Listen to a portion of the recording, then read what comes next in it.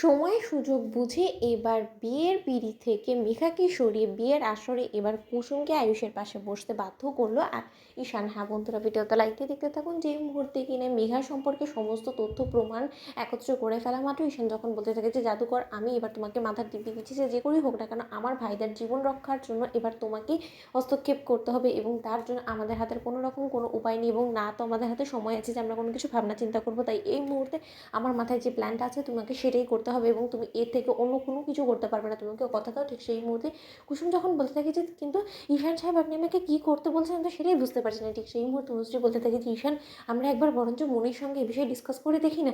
ঠিক সেই মুহূর্তে যখন কিনা এক পর্যায়ে ঈশান বলতে থাকে যে তুমিও তো কুসুমকে সন্দেহ করছিলে, ওর কে নিয়ে ভাবছিলে যে না ও হয়তো বা ভাইদাকে অন্য কারো হতে দিতে চায় না বিধায় এই সমস্ত কিছু করছে, কিন্তু এবার তো নিশ্চয়ই তুমি প্রমাণ পেয়ে গেলে। এবার তোমার কি মনে হয় বলো তো অনুশ্রী, এই সমস্ত কিছু যদি আমরা মায়ের কাছে গিয়ে বলি তাহলে মা কোনো মতে এত সহজে বিশ্বাস করে নেবে? কারণ দেবলীনা যেভাবে মায়ের চোখে পট্টি পরিয়ে রেখেছিল এতদিন ধরে, ঠিক সেইভাবেই মেঘাও ভালো মানুষের মিথ্যে একটা পট্টি পরিয়ে রেখেছে মায়ের চোখের উপরে, যাতে করে কিনা মেঘার যে নোংরা চেহারাটা আছে সেটা কারোর সামনে ফাঁস না হয়। তাহলে আমরা হাজার চিৎকারে চেঁচামেচি করে হাজার প্রমাণ দাখিল করলেও তো মা কোনো মতে বিশ্বাস করবে না। কিন্তু অ্যাট এনি কস্ট ভাইতার বিয়েটাও তো হতে দেওয়া যাবে না, যেখানে কিনা আমরা খুব ভালো করে জানি যে ভাইতা কোনো মতে মেঘাকে বিয়ে করতে চায় না।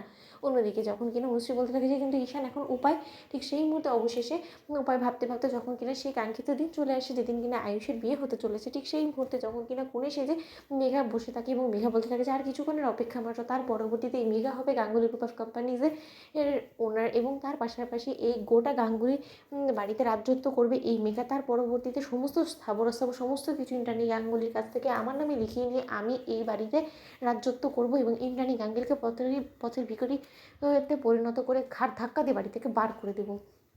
ঠিক সেই মুহূর্তে যখন কিনা এক পর্যায়ে কুসুমের কাছে গিয়ে বিয়ের সকল সরঞ্জাম যখন কিনা ঈশান ধরিয়ে দেয় এবং বলতে থাকে যে জাদুঘর নাও এবার তুমি কনের সাথে তৈরি হয়ে নাও। ঠিক সেই মুহূর্তে কুসুম চমকে ওঠে এবং বলতে থাকে যে ঈশান সাহেব আপনি এই সমস্ত কথা কী বলছেন, বলতে আপনার মাথা খারাপ হয়ে গেছে, আমি কেন কনের সাজতে যাবো বলুন তো, আজকে তো আমার বিয়ে নয়। ঠিক সেই মুহূর্তে ঈশান বলতে থাকে যে আজ তোমারই বিয়ে এবং তোমাকে আজকে আমার ভাইদার পাশে বিয়ের পিড়িতে বসতে হবে এবং তোমার আরে এই ওই মেঘার জায়গাটা নিতে হবে এবং সেটা যদি তুমি করতে না চাও তাহলে কিন্তু তুমি বুঝেই নাও যে আমি কিন্তু তোমাকে আমার মাথার দিব্যি দিয়েছি। ঠিক সেই মুহূর্তে যখন কিনা কুসুম বলতে থাকে যে কিন্তু এই সমস্ত কিছু দেবীমা জানতে পেরে গেলে কী হবে, আপনি একবারও ভেবে দেখেছেন? ঠিক সেই মুহূর্তে ঈশান বলতে থাকে যে আর আমার ভাইদার জীবনটা যদি বিপন্ন হয়ে যায় তাহলে কী হবে সেটা একবারও তুমি ভেবে দেখেছো জাদুঘর বলো তো? তাহলে কেন এতটা স্বার্থপরতা করছো বলো তো? ঠিক সেই মুহূর্তে কুসুম যখন বলতে থাকে যে মেঘা ম্যাডামের কী হবে, ঠিক সেই মুহূর্তে মেঘাকে যখন কিনা ঘরবন্দি করে কোণের সাথে আটকে রাখা হয়, ঠিক সেই মুহূর্তে মেঘা বলতে থাকে যে তার মানে ঈশান কুসুম অনুশ্রী সমস্ত লোকেরা একসঙ্গে একজোটে আমাকে এই বিয়ে থেকে সরানোর প্ল্যান করছে, কিন্তু কোনো মতে তোমাদের প্ল্যান আমি হতে দেবো না সাকসেসফুল। ঠিক সেই মুহূর্তে মেঘা গুন্ডাদেরকে ডেকে আনে। তো বন্ধুরা লাইক কমেন্ট শেয়ার করে সাবস্ক্রাইব করুন।